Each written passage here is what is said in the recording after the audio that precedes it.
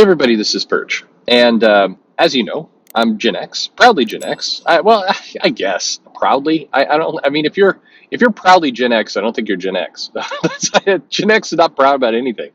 Um, but one of the aspects of Gen X that I think would help a lot in this particular moment, by the way, as a complete country and a society, but we're talking about comics, is that one of the kind of the aspects of Gen X is this attitude. I'm speaking very broadly. Of course, not everybody's the same, and so on. But there's an attitude of I'm going to do my thing. You're going to do your thing. As long as your thing doesn't start to completely trample all over my thing, I don't really care what you do. You can go nuts, but just let me do my thing. And if you let me do my thing, I am what I'm good. We're the generation we call the latchkey generation, where we were basically a lot of us would walk or bike home from school and have a key, go in the house. Parents are out working, and we would entertain ourselves. And there's a lot of responsibility to that. Don't burn down the house, or then parents are going to be angry when they get home, or whatever it happened to be. That's where a lot of this. That's where a lot of kind of these views come from. And so I know a lot of people who are my age who are watching a lot of this comic stuff. It's a little bit absurd, but we find ourselves in this position where we're kind of annoyed at everyone because everyone is wanting to dictate the rules and the conversation and kind of tell you how it's going to be, and if you don't comply, then you're milk toast, or you're a fence sitter, or you're any of these kind of dumb things. And it's like in person, by the way, no one would ever say this, because you'd go, shut up, you asshole. I do what I want. That's how I view this. I do what I want. That's my fence sitter position. I do what I want. And that's most of you out there, by the way. The people who are noisy, the 20 or so people who come in rotation and want to dictate how things are going, it's about control. Whether you're left, right, whatever you happen to be, it's really about being able to tell other people what to do, tell other people how it's supposed to go. Um, this is not related to comics, but I'm listening to this interview, and one of the things I do with news, and again, this is maybe generational because I know a lot of people my age who do the same thing. On their phone, they've got Fox News, they've got CNN, they've got MSNBC, they've got Politico, AP, these various apps. And they're all in one. They've all assembled on kind of one page on the phone. And so if there's an important news story that somebody wants to kind of get some information about, they just start, they click on all the apps. They just one at a time, they go through and they like, okay, let's see how Fox reports on it. Let's see how CNN reports on it. And they do that because there's this built-in belief, not an unfounded belief, that every single news agency is going to take their own spin on it. But if you read three of them, then you can kind of cobble together the common pieces and you can get to at least some sense of what's actually going on. That's the thought process. It doesn't always work, but it's interesting when I see people. So CNN, I'm pretty sure it was CNN, was doing a what to do for Thanksgiving. I don't know when this video will go out, probably well after Thanksgiving. But it's like, here's what to do. Actually, this is good because you guys can tell me in the comments if any of you had to deal with any of this bullshit. But they're like, well, keep in mind you have family and friends coming over for Thanksgiving, but some of them may not be vaccinated. So you really should check their vaccination card at the door to your house and maybe even make them take a rapid test for COVID. Like, make it fun. Like, these people are like kind of joking around like this is not, insanity talk. And bear in mind, what I'm saying right now is not pro-vaccine, anti-vaccine. This is, again, not a fence-sitting position. It's a common sense position. If you are having people over for Thanksgiving dinner, this place where people are going to assemble, and you're concerned about if they've had the vaccine or not, don't invite people over. Seriously, just don't. Don't try and do some kind of crazy mental gymnastics where you want to keep your tradition of having a lot of people over, but you're also terrified of the people coming over. So you're going to do what was recommended in this video, which is like you have people go into your garage to have hors d'oeuvres there while the results from their rapid tests come in. I'm sorry. No, that is stupid. Just stupid. Just don't. If you are concerned about that, and you may be right to be, because you could be immune compromised, you could watch so much TV you're terrified of people outdoors, wherever you're coming from, it's fine. But if you are one of those people, no, do not take the advice of CNN and try and have a rapid COVID test center in your garage and make people show their vaccination cards before they come in for your crappy green bean casserole. That is insane. That is insane. Not should you take a test, should you not take it, should you vaccine, not have vaccine. That whole everything they said, they're like, have some fun with it. Hey, guess what? Nobody's going to have fun with that. Nobody. Nobody will enjoy that process whatsoever. When you're funneling people in your garage to take the rapid test, even if they're grinning at you like, oh, this is kind of neat and novel, what they're thinking in your head is, fuck this person. That is what they are thinking. That is exactly what they're thinking. They're thinking, I am never coming back to this jerk off's house. That is what they are thinking. You are a crazy person. Don't have the dinner. It's okay. Or, invite people and don't care. Get sick, don't get sick. Or look at your guest list and go, huh, these people, we know them, they kind of hang out. This person's always brags about going on pub crawls every Friday night, and a couple of years ago had a case of syphilis. Don't invite that person. That person probably is a higher risk than the person you go to church with. That just saying, just spitballing here. Anyway, with comics, it's a little deviation here. This idea that it's like the jackass on CNN that's trying to control you by saying, by trying to present this fun picture of doing COVID tests in your garage. Similar things go on in comics with it, which is no, you have to like this book. You should like this comic. If you don't like this comic, you're suspicious and weird and bad. That's ridiculous. No comic industry is going to grow with that kind of nonsense going on. Likewise, same thing in return. Don't let the grifter people who go, oh, you got to hate all of the comics. If you enjoy it, don't let somebody convince you should hate it for, I don't know, crazy ass reasons. Everybody's doing this for their own power benefit. Again, this is not a middle or a fence position. This is I'll give some other people something to complain about. This is a get off my lawn, jackass kind of position. It's stop telling me what to do. Stop telling me what to do. A lot of these kind of edicts that come out. I saw somebody who's like, if you are a true comic fan, then you will not support the X-Men comics because the creators are blocking people on social media. Oh, okay. I sure. If you don't like those comics, then absolutely don't buy them. Absolutely. And don't let somebody guilt you into saying, hey, the creator here is non-binary person of color and you want to support non-binary people of color, so you should buy the book. No, you shouldn't. That's ridiculous. You know how much of your money, if you think, by the way, that by buying a book is supporting a non-binary person of color who is one of the many creators that is attached to that book, they're getting none of your money. That money's going to Marvel, which is going to Disney. You're not supporting anyone. I'm sorry, you're just not. You know the metrics of how much that book would have to sell before the writer would even be able to get a raise? Like way more than just an absurd amount.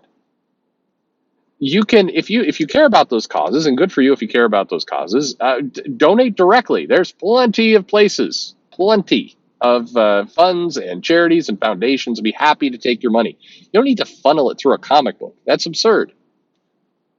By the same token, if you decide you don't like that book because it's unreadable, you hate the plot, I don't know. Some of these books are not very good. It's okay. Don't buy them. As for the creator blocking people, again, your call. You can call. I definitely can sympathize with a creator blocks you and you don't want to support their work. I get it. They made a choice. You can make a choice. Totally. People have come up to me in the past. I know you disagree with this. No, not really. If somebody blocks me on social media, yeah, I do think twice before I put money down. Even though, again, your money's not really going to that creator. It's going to the corporation, and maybe that creator sees a piece of it. Probably not. But regardless of that, yeah. If I see that I'm blocked by somebody, I'm like, you know what? I'm less enthusiastic about supporting this book for sure. Agreed. That's normal behavior. But that's your choice. It's entirely your choice. There's a lot of people out there every day who want they want to basically make the choice for you and then have you comply. And just wherever you're coming from, please make sure you're making your own choice. Don't involuntarily hand it over to somebody else. Let somebody else do your thinking. One of the things that drives me crazy is when, and I've mentioned this before, it's when people make comments and it's 100% clear that they're not reading the book or thinking for themselves whatsoever. The most recent example of this is I had a couple people, and again, it's NPC bot behavior. And right now, if you're on Twitter, I know that NPCs is that term is usually sent from the right to the left. It's the left that are NPCs. But I'll tell you, bots exist everywhere. Just people who aren't thinking. So people are like, I won't support Marvel because they do crap like have Elektra tell off Forge for mansplaining. And I saw the first one come in. I'm like, well, this person's just confused because this panel, this thing that they're talking about was not Elektra. It was actually Echo, and it was in the Echo comic book #1 Echo Phoenix song. I think anyway. Echo. I don't know. It's a current series that's running right now. Elektra's in that comic book in a separate instance. Echo meets up with Elektra for like 2 pages, and then Echo like runs off and runs into Forge and does say, you're mansplaining, and it's an eye-rolling moment. Make no mistake about it. It's weird. It doesn't come off well. Doesn't make any sense for the character. It's needlessly antagonistic. It's dumb. It's a dumb line with bad dialogue. But it was Elektra who said that. So the first person who mailed me this, or maybe posted as a comment, I'm like, well, this person's just confused. But then 4 or 5 more people said the exact same thing. They came in with this exact same comment. Again, like a bot, like an NPC. SJW Marvel having Elektra scold Forge on mansplaining. I'm like, okay, now there's like 5 people saying the same thing. So now I have a different thought. It's okay. What idiot put this in their channel that a bunch of people listened to, didn't pay attention, didn't go and actually look for the comic themselves, and just re-vomited this stuff out. That by the way is the kind of stuff, because I get people every now and then asking me, why do some of the creators get so antagonistic about various groups, Comicsgate or whatever group it is.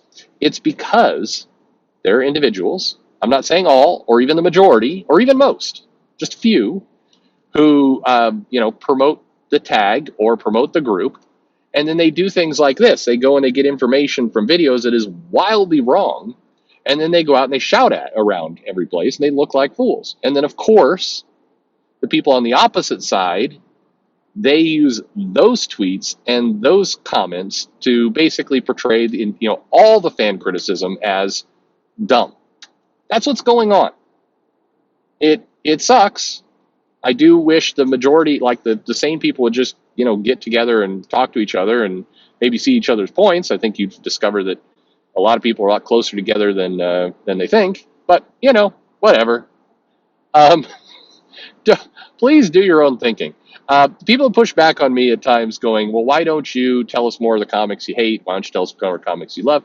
I put it in, but I do, I don't know. Like with this X-Men Green comic, I thoroughly dislike that comic. I thought it was a disgusting comic. I dislike other comics, but I dislike it because it just doesn't work for me. I find the dialogue off, the story doesn't go anywhere, I don't care for the art. Could be a lot of reasons. If it's a personal subjective reason like that, I typically don't do videos on it because I don't want any people listening to adopt my subjective dislike for something. I want you to like it or dislike it on your own. With X-Men Green, there are aspects of it that I could say, well, here's some very definitive things that I want to talk about why I think that book sends a terrible message. Despite that, it still gets brought into the culture war. Again, on the other end, I had a bunch of people come in and go, well, you don't have any complaints about the Punisher. White male Punisher's okay with you, right? It's like, okay, again, I could tell you didn't listen to everything. But yeah, Punisher is very different. The main difference, the other heroes treat the Punisher like a villain. Captain America says, you're wrong. That's the major difference. There's a pretty major difference. My issue with X-Men Green was not that you took a mutant who decided to become a vigilante and go and stab people. I mean, again, I think the comic was more or less aimed at kids, and that's more of a, why would you, that's more questionable. Why would you do that?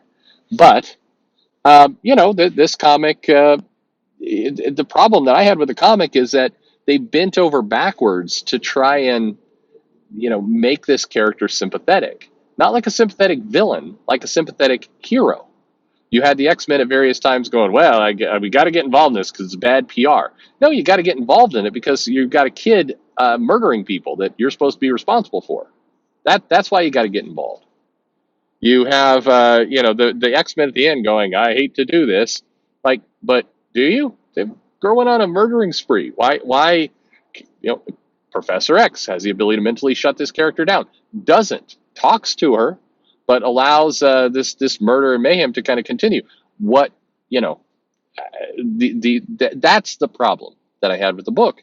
It would be like I would have the same problem with the Punisher. And to be fair, the Punisher did have these moments where, Spider-Man Daredevil's like, you're pretty cool in the 90s.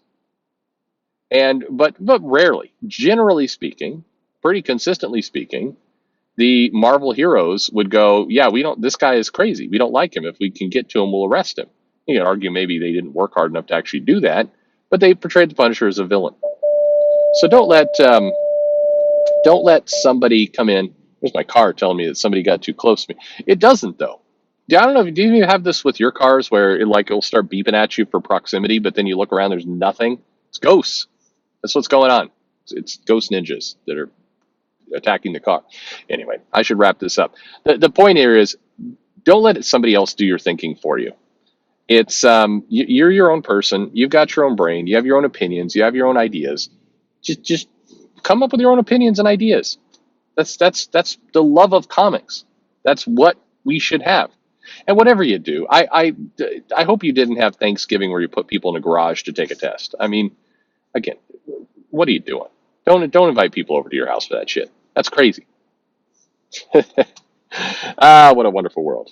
Thanks for listening.